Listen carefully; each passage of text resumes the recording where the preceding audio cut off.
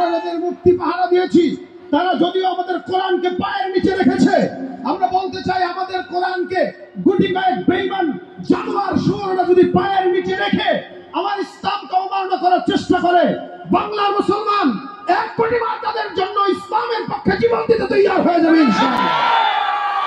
ঠিক কিনা বলেন? এই আওয়াজ আমাদের মরণ পর্যন্ত থাকবে তো? ওই ময়দানেতে যেতে তোমাকে হবে, প্রয়োজনে সব রক্তটুকু জমিনেই ঢেলে দেবে।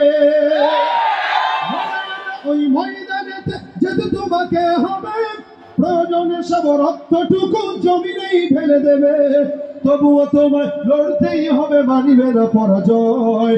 তবুও তোমায় লড়তেই হবে, মানিবে না পরাজয়।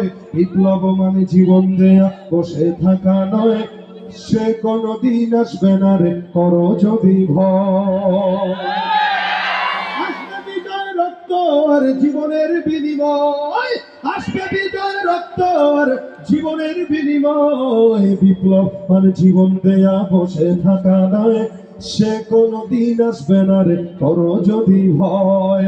কোথা থেকে কোন ভিন দেশে শকুন আমার দেশে এসে সেবার নামে বসলো জুড়ে মির্জাফরের বেশে। ওদের করতে নাস্তানাবুদ হতে হবে নির্ভয়, ওদের করতে নাস্তানাবুদ হতে হবে নির্ভয়। বিপ্লব মানে জীবন দেয়া, বসে থাকা নয়। সে কোনদিন আসবে না রে, সে কোনদিন আসবে না রে। ধর্মকে আজ পুঁজি করি গাল ভরা বলি দিয়ে, কত যে সুফি খুশিতে মাতাল হাদিয়া তহফাবে। ধর্মকে আজ পুঁজি করি গাল ভরা বলি দিয়ে, কত যে সুফি খুশিতে মাতাল হাদিয়া তহফাবে। ভণ্ডামির ওই শিখর তুলে সত্যের আনো জয়, ভণ্ডামির ওই শিখর তুলে সত্যের আনো জয়। বিপ্লব মানে জীবন দেয়া, বসে থাকা নয়। সে কোনদিন আসবে না রে, সে কোনদিন আসবে না রে, ওর যদি ভয়। কাকে ভয় করবো? আল্লাহু আকবার। আমার আমরা আল্লাহ পাকের সৈনিক, এটা আমাদের পরিচয়, আমরা মুসলমান। আমি যদি জিজ্ঞাসা করি এখানে যারা আছেন আলহামদুলিল্লাহ সব ইমানদার, কারণ মাহফিল গুলোতে সচরাচর টুপির যেই একটা ব্যাপার এটা এত থাকে না এখন আর, কারণ এখন মাহফিল আর আগের মতো নেই, চেঞ্জ হয়ে গেছে। মাকসাদও চেঞ্জ, যার কারণে আমলও চেঞ্জ। আলহামদুলিল্লাহ আজকের এই মাহফিলে সব টুপিওয়ালা আলহামদুলিল্লাহ। তার মানে আমরা টুপিওয়ালারা যেহেতু আমরা সবাই আল্লাহ পাকের জান্নাত চাই। আপনারা চান তো?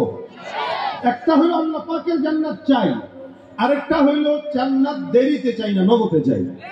জান্নাতে তো যাবে মুসলমান যারা আছে, ইমানদার সবাই যাবে, তবে কেউ আগে কেউ পরে। লেকিন আমরা যারা এখানে আছি, আমি বিশেষ করে চাই যে আল্লাহ মরার পরে যদি কোনো হিসাব না নিত, সোজা জান্নাতে দিত, মানে সহজ তরিকায় বড়লোক হওয়ার ধান্দা। আচ্ছা, দুনিয়াতে যারা গরিব তারা জান্নাতে বড়লোক থাকবে না? ইনশাআল্লাহ সবচেয়ে বেশি বড়লোক হবে। এবং জান্নাতে যে যাবে এর মতো ধনী আর কেউ হইতে পারে, কিন্তু এই ধনীটা আমরা সহজ পন্থায় হইতে চাই, মানে জান্নাতে মরার সাথে সাথে যেতে চাই। এই যে সাথে সাথে যাওয়া, এই ব্যাপারে রাসূলের হাজারো হাদিস আসছে। জান্নাতে যাওয়ার হাজারো পথ আছে, হাজারো রাস্তা আছে। যেমন আপনাদের কুড়িগ্রাম ঢাকা থেকে আসা অনেক রাস্তা আছে। কেউ রংপুর দিয়ে আসে, কেউ সৈয়দপুর দিয়ে আসে, কেউ বিমানে আসে, কেউ ট্রেনে আসে, কেউ বাসে আসে, যে যেভাবেই আসে। কেউ যদি নিয়ত করে আমি কুড়িগ্রাম যাব, সে আসতে পারবে, যেই রাস্তায় ধরুন আসতে পারবে। যেমন জামালপুর দিয়া রৌমারি দিয়েও কুড়িগ্রামে আসা যায়, আবার এদিক দিয়েও আসা যায়, উপর দিয়েও আসা যায়, স্থলপথ দিয়েও আসা যায়। এরপরে কি বলেন আপনি? মোটামুটি রাস্তা মনে করেন 10টা কুড়িগ্রামের আছে। এখন সবচেয়ে চালাক যে নাকি বিমানকে বেছে নিবে, সে 1 ঘন্টায় অথবা সর্বোচ্চ 1.5-2 ঘন্টায় চলে আসবে। আর যে বাসে আসবে সে হয়তো 8 থেকে 9 ঘন্টায় আসবে, যে ট্রেনে আসবে সে হয়তো 10 ঘন্টায় আসবে। কিন্তু মাকসাদ যাদের কুড়িগ্রাম, তারা কুড়িগ্রামে আগে আসবে নয়তো পরে আসবে, আসবে তো। আমাদের মাকসাদ যেহেতু জান্নাত, আমাদের মাকসাদ যেহেতু জান্নাত, ইনশাআল্লাহ ইমানদারের খাতায় যেহেতু নাম লিখিয়ে ফেললাম, তো জান্নাতে একদিন না একদিন যাব ইনশাআল্লাহ। আসতে পারবেন না? আপনাদের আশা নাই জান্নাতে যাওয়ার? ইনশাআল্লাহ যাব। হ্যাঁ, তবে চালাক যে সে একটু সহজে জান্নাতে কিভাবে যাওয়া যায় সেদিকেই রাস্তাটা খুঁজে। হ্যাঁ, জান্নাতে তো সবাই যাবে, কেউ 1 বছর আগে, কেউ 1 বছর পরে, কেউ 10 বছর আগে, কেউ 10 বছর পরে, কেউ 1 লক্ষ বছর আগে, কেউ 1 লক্ষ বছর পরে। নবী বলেন যদি সাথে সাথে যেতে চাও একটা আমল আছে। আমলটা কি? আল্লাহ রাসূল সাল্লাল্লাহু আলাইহি ওয়াসাল্লাম বলেন, মান ক্বারাআ আয়াতুল কুরসি ফি দুবুরি কুল্লি সালাতিন মাকতুবা লাম ইয়ামনাহু মিন দুখুলিল জান্নাহ ইল্লা আইয়ামুত। কেউ যদি 5 ওয়াক্ত নামাজের পর ফজর, যোহর, আসর, মাগরিব, এশা 5 ওয়াক্ত নামাজের পরে, অভ্যাস আছে নামাজ পড়া নাকি? অভ্যাস তো আছে নামাজ পড়া।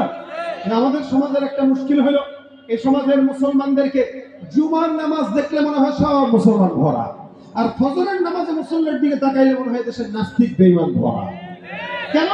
এদেশে ফজরের নামাজে মুসল্লি পাওয়া যায় না, জুমার নামাজে মসজিদে জায়গা দেওয়া যায় না।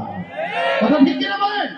তুমি রমজান এলে রাখো না রোজা, দিনকে করো আঘাত, পয়সা করি নেই তো অভাব, দাও না তো যাকাত। ঠিক কিনা?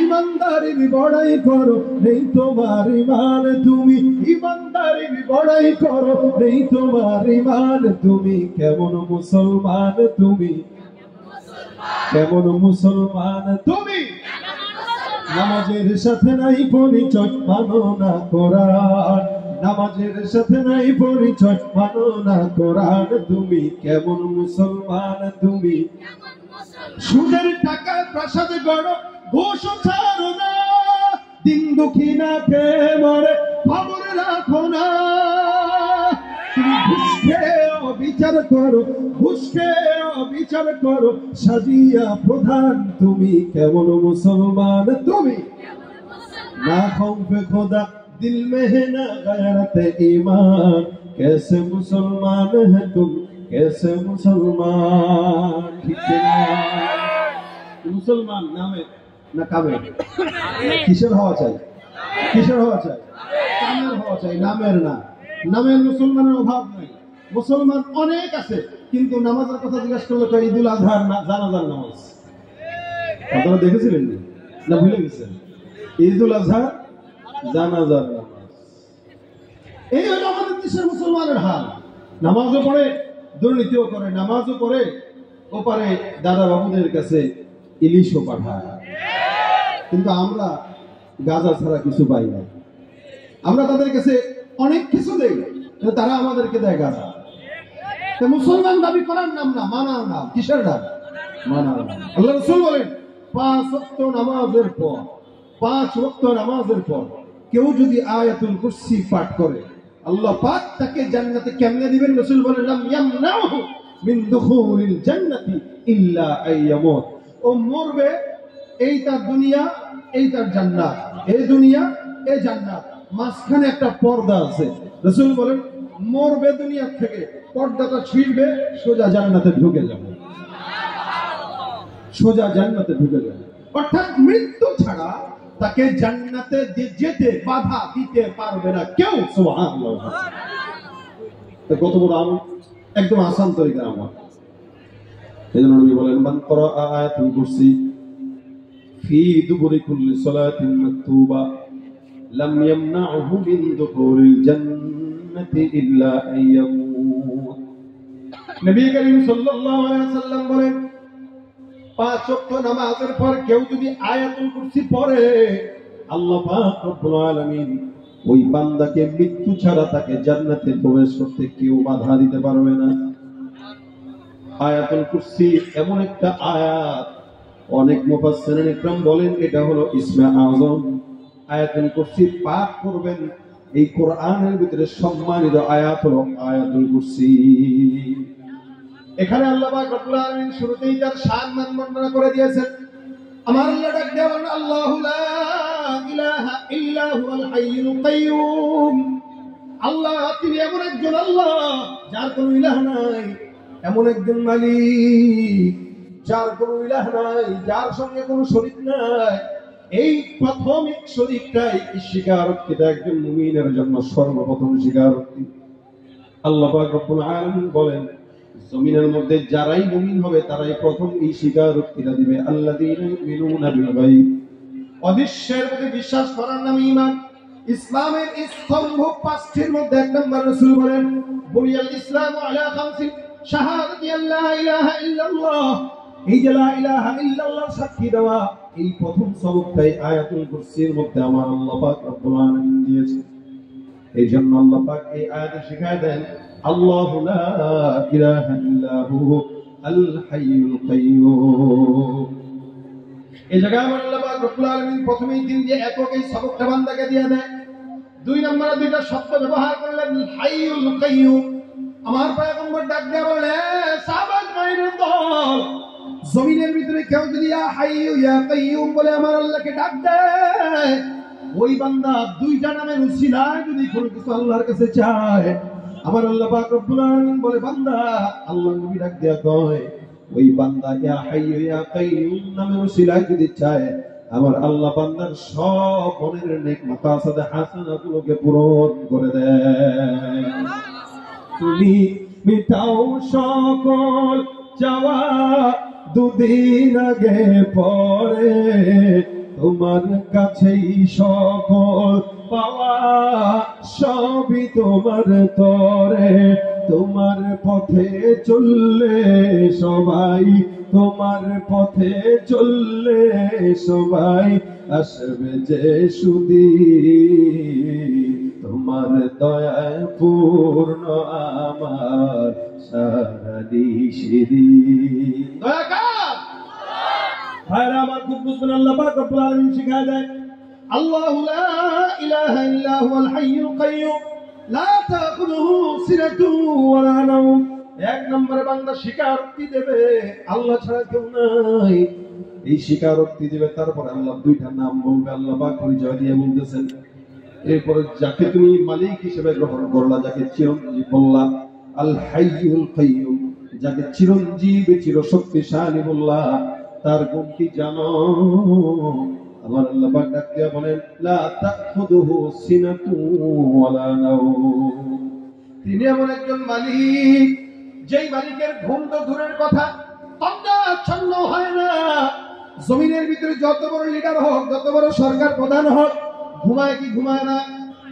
রাত ৩টার মধ্যে যদি কেউ যে এলাকার কোন কাউন্সিলর, কোন মন্ত্রী এমপির কাছে যায়, রাত যত গভীর হয় এমপি মন্ত্রী ঘুমায়।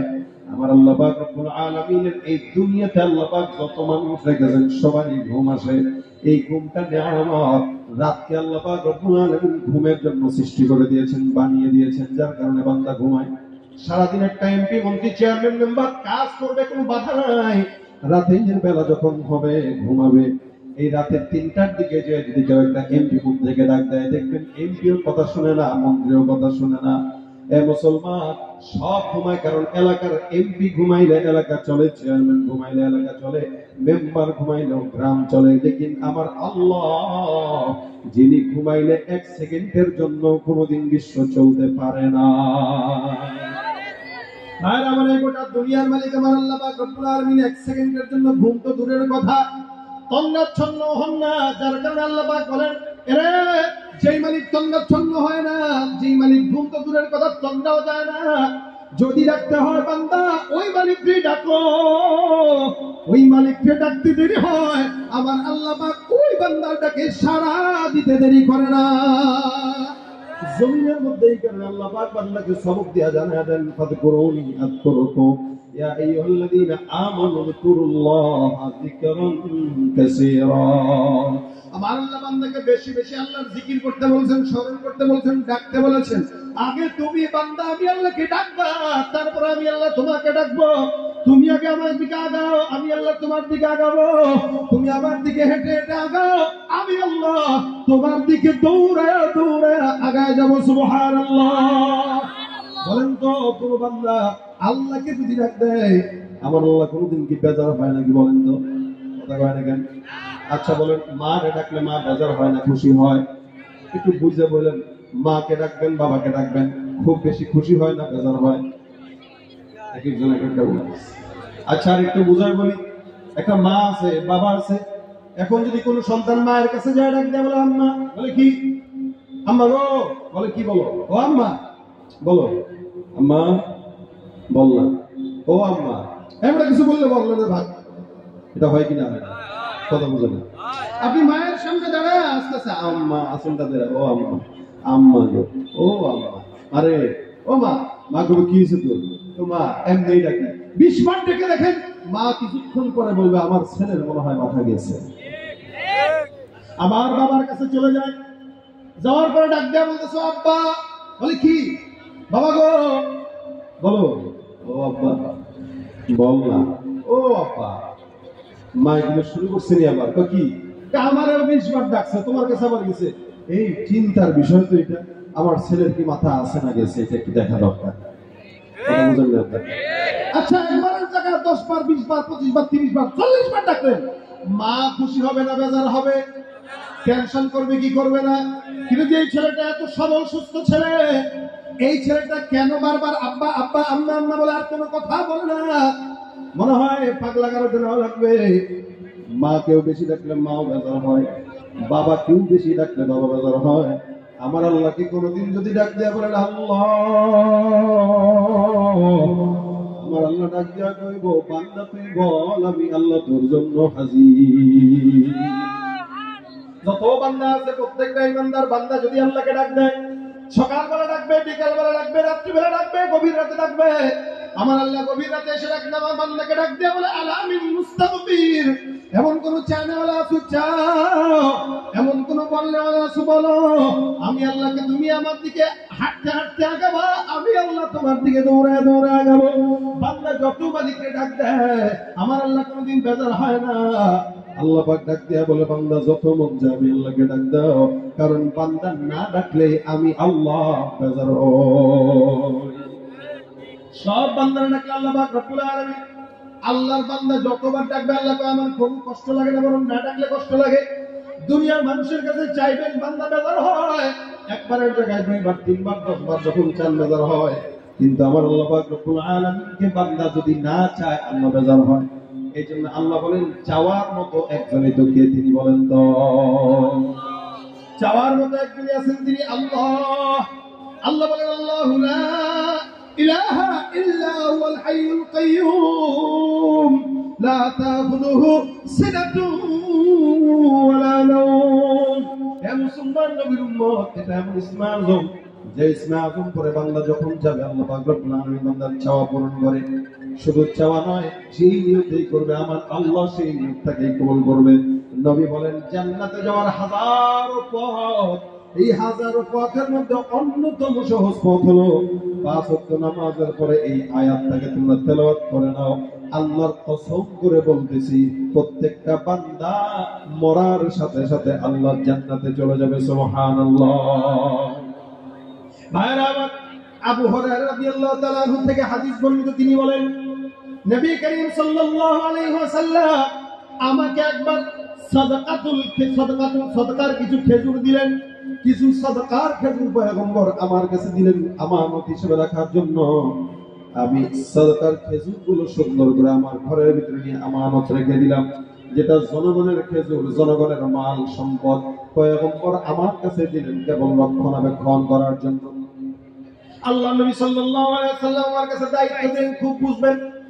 আবু হুরায়রা বলেন আমার কাছে আল্লাহর নবী এতগুলো খেজুর দায়িত্ব দিল, যখন নাকি খেজুরগুলো আমি পাহারা দেওয়া শুরু করলাম, হঠাৎ করে তাকায় দেখি রাতের বেলা একটা চোর আমার ঘরের মধ্যে হাজির হয়ে গেছে। ও ওই খেজুরের স্তূপ থেকে কিছু খেজুর নেওয়ার জন্য রেডি হয়ে গেছে। বিশাল বড় একটা ব্যাগ নিয়ে আসছে, আর ব্যাগের ভিতরে ওই খেজুরগুলো নিয়ে নিয়ে ভরার জন্য ঠিক একদম প্রস্তুত হয়ে গেছে। আবু হুরায়রা রাদিয়াল্লাহু তাআলা আনহু বলেন আমি যখন চোরকে দেখলাম, আমি চোরকে ধরে ফেললাম। আমি তাকে বললাম এই চোর, তুমি আমার ঘরে খেজুর চুরি করার জন্য এসো, আজকে তোমাকে আমি পয়গম্বরের দরবারে নিয়ে যাব। চলো যাই, আমার পয়গম্বরের কাছে তোমাকে ধরে নিয়ে যাই। মনে রাখবেন, চোর যদি সমাজের মধ্যে চুরি করে, চোরের একটা খারাপ অভ্যাস হলো কিয়ামত পর্যন্ত চুরি করবে, যতবার চুরি করে ততবার কয় ভাই আর জিন্দেগিতে করব না, ঠিক কিনা? এটা চোরের স্বভাব। এই ভাই দাঁড়া দাঁড়া দুটো বলতে চোরের স্বভাব হলো, আর এদিকে ছাত্ররা একটু নিরিবিলি দাঁড়ায় থাকো। চোরের স্বভাব হলো যতবার চুরি করে ততবার কয় কি আর করব। আমার দিকে তাকান, চোরের স্বভাব যতবার চুরি করবে আর করবে না। 100 বার চুরি করার পরেও যদি ধরা খায় সে বলবে কি এটা আমার শেষ ভাই, আর জিন্দগিতে করব। কিন্তু মুশকিল একটা আছে, আমার দেশে তো একটা মনে করেন যে এখানে বসে রয়েছেন না, এখানেও কিছু চোর থাকতে পারে। বুঝুন না কথা, সব চোর কি মসজিদে নামাজের জন্য যায়? কথা কয় না, নামাজের জন্য যায়। কিছু চোর জুতা চুরি করার জন্য তো যায়, কিছু চোর মোবাইল চুরির জন্য এখানে আসছে। দেখবেন যাওয়ার পথে আপনার মোবাইলটা পকেট থেকে চুরি করে নিয়ে গেছে, থাকতে পারে না? এই যে চোর, চোরের কাজ চুরি করা। কিন্তু আমার দেশে মুশকিল হইল এটা যে আমার দেশের কোন চোর যদি পকেট মারি করতে যায়, 10 টাকা মনে করেন চুরি করছে, খালি পকেটে হাত দিছে, কোন একটা জায়গায় বাজারে দেখবেন ভৈরা মিশে কিলাইতে কিলাইতে নাক টাক সব ফাটাই ফেলবে। কিরে ভাই এটা মারছেন কে? আমার পকেটে হাত দিছে, তো চুরি করছে নাকি? তো কেমনে করবো, আমি কি এত সস্তা? ওর চেয়ে বড় চোর আমি। তা আমনে হেসে বড় চোর হলে আপনি হেপিলাম কে? আমার পকেটে হাত দিল কে? তার মানে 5 টাকা চুরি করতে পারে নাই, পিটাইতে পিটাইতে নাক ফাটাই ফেলতেছে। কিন্তু এই সমাজে রন্ধে রন্ধে কোটি কোটি টাকা চুরি করানো ওলা চোর বসবাস করে, যাদেরকে দেখলে পিটানো তো দূরের কথা, 100 বার সালাম দেয় এই দেশের জনগণ।